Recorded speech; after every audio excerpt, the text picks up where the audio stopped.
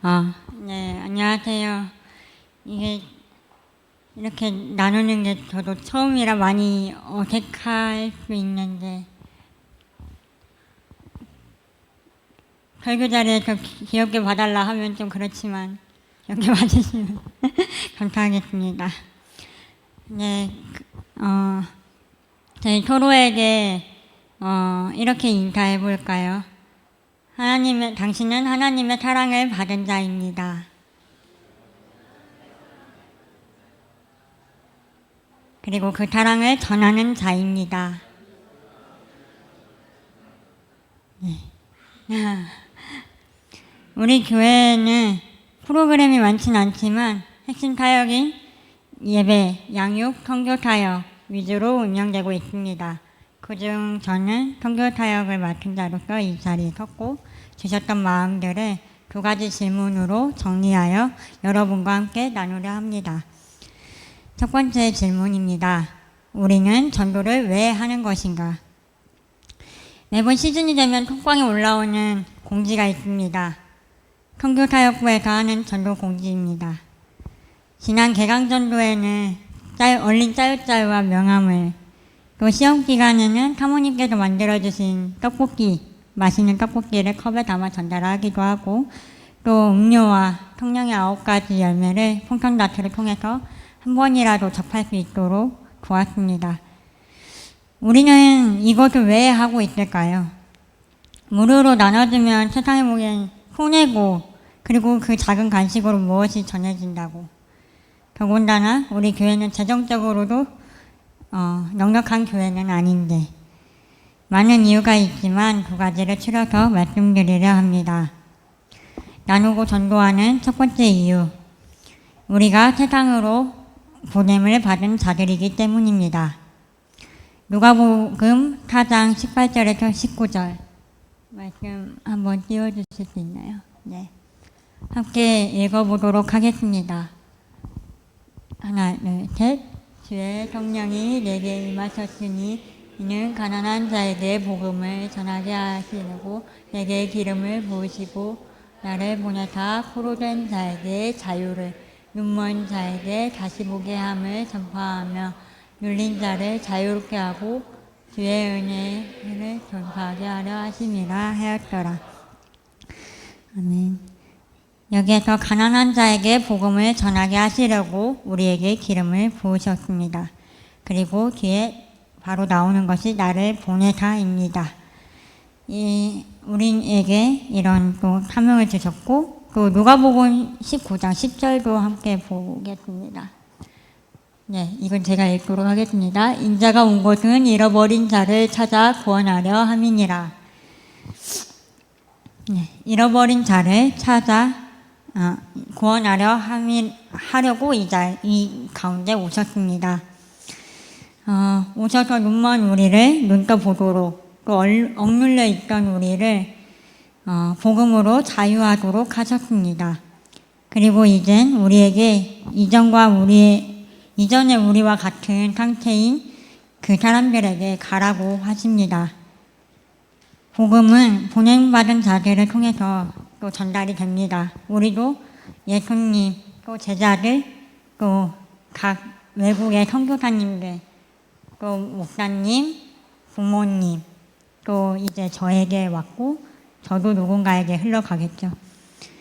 이렇게 예수님을 통해 흘러온 복음이 이젠 우리를 통해 우리가 보내진 곳으로 흘러가게 됩니다. 우리를 보내신 곳, 학교 또는 직장에서 주변을 이렇게 둘러보시면은 많은 사람들이 참 돈의 노예로 또 학점의 노예로 살아가고 있음을 봅니다. 하나님께서 이런 얽매인 자들을 자유케 하기 위해서 우리를 그곳으로 보내셨습니다. 그리고 우리의 능력으로는 할 수 없는 일이기에 기름을 부으시고 하늘과 땅의 권세를 주셨습니다. 그러니 앞으로 우리가 하나님께 보냄받은 자로서 그 주신 능력, 기름 부은 능력을 힘입어 담대히 선포해 가셨으면 좋겠습니다. 그 자유를 말이죠. 여러분들을 만나는 이들마다 얽매였던 게 풀리고 자유해지길 소망합니다. 전도하는 두 번째 이유입니다. 우리는 복음, 그 사랑의 빚진 자이기 때문입니다. 빚의 의미는 다들 알 것입니다. 돈이나 물건 등 남에게 빌리거나 꾸어 쓰는 것입니다. 또 신체를 지다 은혜를 입다라는 비유적 의미도 있습니다. 성경에서 사도 바울은 본인을 빚진 자라고 표현하고 있는데 로마서 1장 14절에서 15절을 함께 읽도록 하겠습니다. 네, 읽겠습니다.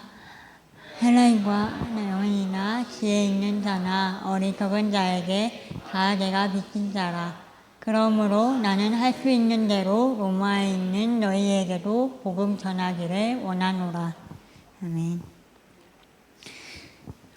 예수님의 사랑과 구원의 은혜로 빚진 자된 사도 바울은 자신이 그 받았던 사랑, 그 은혜를 전하길 원하고 있습니다.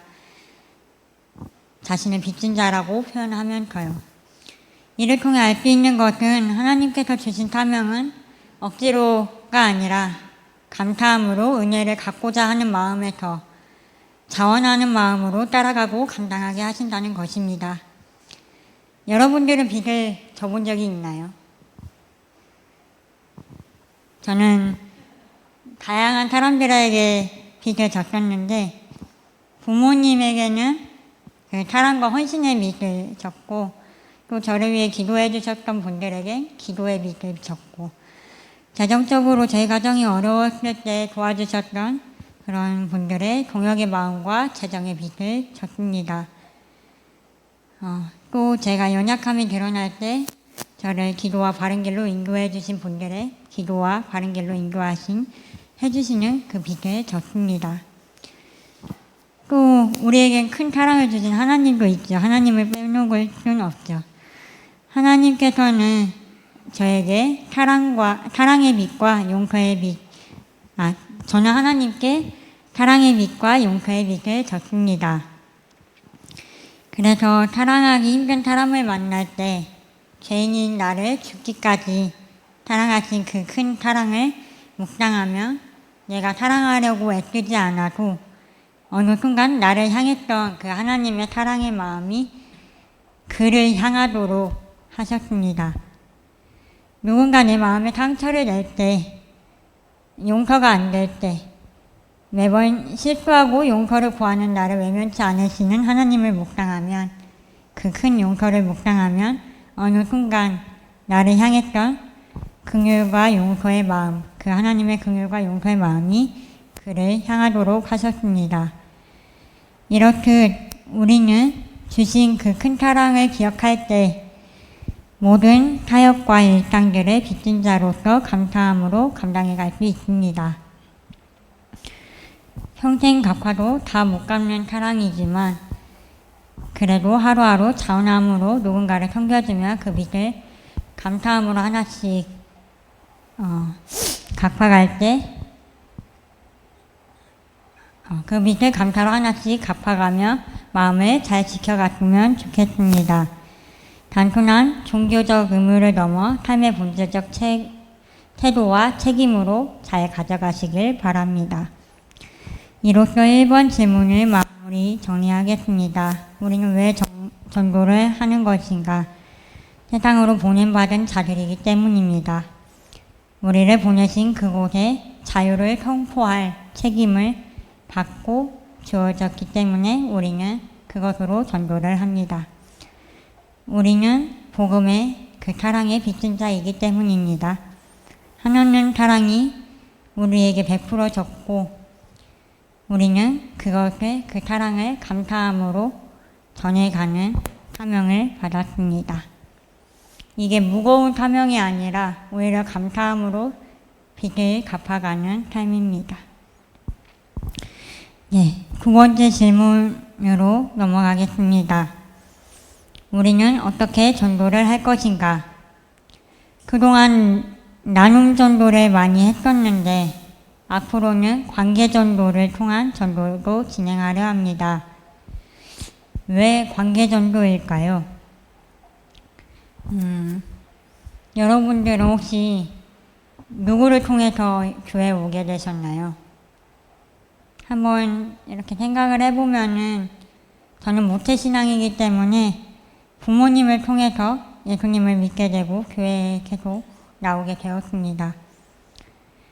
만약에 모태신앙이 아니라면 지인과 가족과 친척을 통해서 또는 진짜 개인적으로 궁금해서 오는 경우도 있겠지요. 비신자 전도 장착의 대가 찰스한 박사는 각자 다른 상황 속 교회에 나온 사람 5만 명의 교회에 나오게 된 동기 90%가 설교나 그 교회 프로그램이 아니라 관계 전도를 통해서 교회에 나왔다고 합니다. 주변을 둘러보면 실제로 관계를 통해서 교회에 오고 복음을 접한 사람들이 많이 있습니다. 우리 주변을 한번 둘러보실까요? 다들 어떻게 오게 되셨나요? 네, 그렇기 때문에 이번에 저희가 11월에 있을 한기대학교의 전도축제에 초대할 사람들을 함께 작정하고 기도하고 초청하는 시간을 가지려고 합니다. 작정은 2주간, 그리고 기도는 3주간, 초청 2주간 해서 셋째 주인 추수감사절 때 전도축제를 하려고 합니다. 그때 초청을 하려고 합니다. 그래서 이제 첫 번째 그 2주간 작정 기간에 대해서 말씀을 드리려고 합니다. 우리가 작정을 왜 할까요? 작정은 그 영혼을 내 안으로 품기를 선택하는 것입니다. 선택하고 확정하면 목표가 더 명확해지고 그에 더 집중할 수 있게 됩니다. 그러면 어떻게 작정을 할까요? 우리를 보내신 곳 또는 내 주변을 예수님의 마음을 가지고 관심을 가지고 한번 바라보고 작정해 보시면 좋을 것 같습니다. 우리 학교나 또 회사 안에서 예수님의 마음으로 바라볼 때 하나님으로부터 채워져야 할 갈망이 있는 사람들이 분명히 있습니다. 그게 신자든 비신자든 말이죠. 그래서 최소 한 명은 분명히 있을 테니 이 사람들을 작정하고 적어봐도 좋습니다. 또는 주변에 사회적 약자나 소외된 자들이 보인다면 그 사람들을 작정해도 좋습니다. 또는 진짜 이런 사람들이 너무 없다, 발견하기 어렵다 하면 함께 천국 가고 싶은 사람들을 작정하고 적어보시면 좋겠습니다. 이 마음을 가지고 그 사람들을 바라볼 때 함께 천국에서 만나요 할 사람들을 한번 쭉 돌아보시고 작정해 보시고 적어보시면 좋겠습니다. 인원은 총 8명에서 15명 정도로 생각을 하시면 됩니다. 이들을 마음에 품고 이들을 위해 함께 작정하고 나아가면 좋겠습니다. 이제 명절에 친척들도 보게 될 텐데 가족, 친척, 지인, 동료 등 충분한 시간 안에서 한번 넓게 보고 작정해 가보시면 좋겠습니다. 명절 끝나고 우리가 모였을 때 함께 소그룹 안에서 나눠봐도 좋을 것 같네요. 네, 세 번째, 어떤 마음으로 작정해야 되는가? 하나님께서는 자신이 사랑하는 자녀를 우리보다 더 구원하길 원하신다는 마음으로 편하게 인도하실 하나님을 믿고 작정해 가십시오. 우리보다 더 원하십니다. 긍휼과 자비의 마음으로 그를 바라보고 작정해 가시면 좋겠습니다. 이제 3주간 기도 기간에 대해서 나누려고 합니다. 우리는 무엇을 기도할 것인가? 그 한 영혼을 바라볼 때 그 안에 갈망들이 있을 것입니다. 그 영혼의 갈망을 위해서 기도해도 좋고, 그를 향한 아버지의 마음을 나도 더 깊이 만나가는 시간이 될 수 있도록 기도해도 좋습니다. 그리고 그에게 또 그 갈망이 기도 제목을 통해서도 나올 수 있습니다. 그래서 그 사람의 기도 제목을 묻고 진짜 그 안에 있는 갈망을 그 갈망이 예수님으로 채워지도록 함께 기도해 주시면 좋겠습니다. 그리고 또 초청할 때 그 사람이 마음이 또 닫혀 있으면은 우리가 아무리 초청을 하여도 반응할 수가 없는 상태입니다. 그렇기 때문에 초청할 때 그가 반응할 수 있도록 하나님께서 그의 마음을 만져주시길 이를 위해서도 함께 기도하면 좋겠습니다. 두 번째, 어떻게 기도할 것인가? 이거는 일단 첫 번째로 이건 제가 임의로 정한 거라 이게 약간 기도 시간을 정하고 나아갔으면 좋겠습니다. 소그룹 안에서 또는 교회 안에서 함께 기도하는 시간을 정하고 함께 기도하는 그 훈련들을 해나갔으면 좋겠습니다. 이게 혼자서 기도 시간 작정하고 할 때도 좋지만 누군가와 함께 할 때 더 힘이 나고 함께 또 서로의 그 안에 작정하고 있는 그 사람을 위해서도 기도해 줄 수 있고 그렇게 함께 해나갔으면 좋겠습니다. 그리고 두 번째로는 하나님이 어떤 분이신지 알고 기도했으면 좋겠습니다. 예레미야 33장 3절 말씀 한번 보도록 하겠습니다. 너는 내게 부르짖으라. 내가 내게 응답하겠고 내가 알지 못하는 크고 은밀한 일을 내게 보이리라. 이 부분은 제가 또 기도하면서 만난 하나님을 또 전하고 싶은데요. 하나님께서는 제가 누군가를 위해서 기도할 때 작은 신음도 외면치 않으셨습니다. 그리고 우리의 기도가 땅에 떨어지지 않고 하나님의 때에 가장 선하게 이루시는 분이십니다. 그리고 제가 예전에 기도를 하고 잊고 있던 기도도 하나님께서는 계속 기억하고 계셨고 그것을 반드시 이루셨습니다. 하나님의 완전한 때예요. 그래서 하나님 또 완전하심을 믿고 나아갔으면 좋겠습니다. 하나님은 완전한 때를 아시고 그 완전한 때에 그 사람을 우리가 작정한 그 사람을 인도하십니다. 세 번째로 인내함 안에서 기도했으면 좋겠습니다. 복음이 한 번에 전달되고 믿어지는 경우는 없습니다.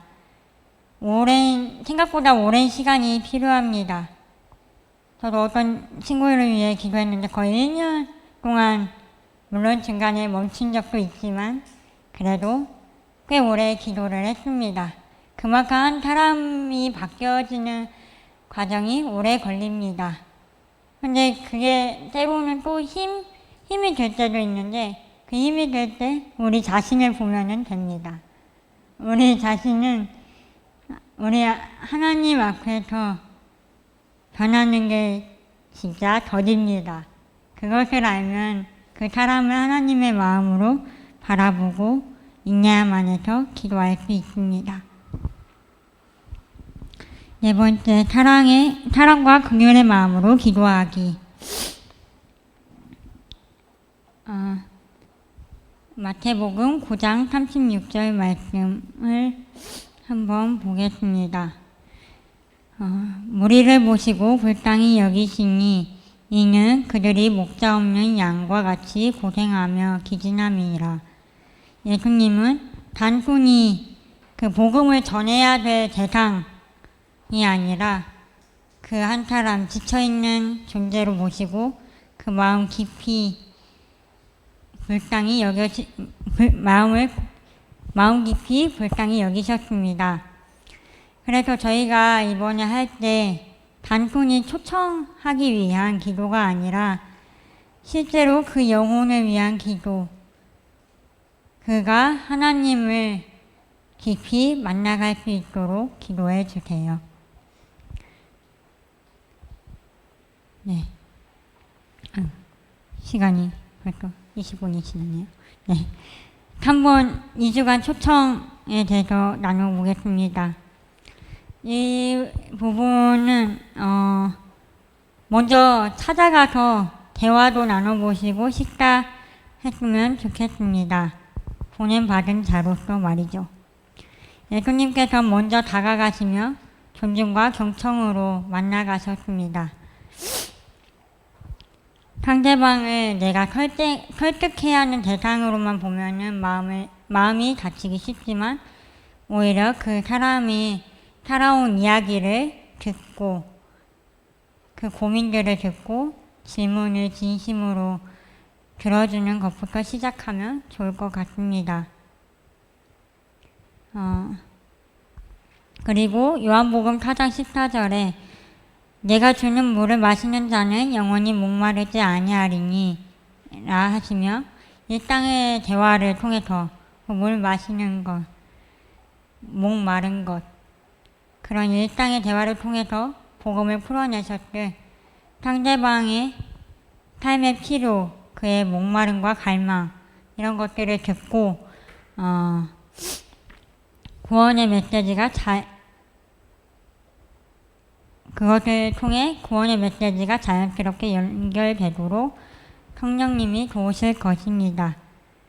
그래서 그 말씀을 우리 안에 가지고 오고 그의 필요를 하나님께서 채우실 것을 믿고 나아갔으면 좋겠습니다. 두 번째는 교회 안에서 경험한 사랑을 나누는 것입니다. 저도 회사에서 이제 같이 탁구 치는 분들이 있는데 주말에 뭐해요? 하면은 교회 간다고 합니다. 토요일, 주일 식사 준비할 때는 그런 경우가 많죠. 그럴 때마다 자연스럽게 이어집니다. 거기 가서 뭐해요? 거기에서 무엇을 느끼나요? 등 다양한 질문들이 옵니다. 그렇게 자연스럽게 우리의 삶을 통해서 우리가 경험한 사랑들을, 교회에서 받은 사랑들을 나누면 좋겠습니다. 그 사랑들을 또 이게 사람인지라 쉽게 잊어버립니다. 그래서 잘 정리해 두었다가 또 바로 꺼내서 얘기할 수 있도록 기록해 두는 것도 방법입니다. 그리고 세 번째로는 소그룹으로 함께 초청했으면 좋겠습니다. 네, 이 부분은 시간이 지금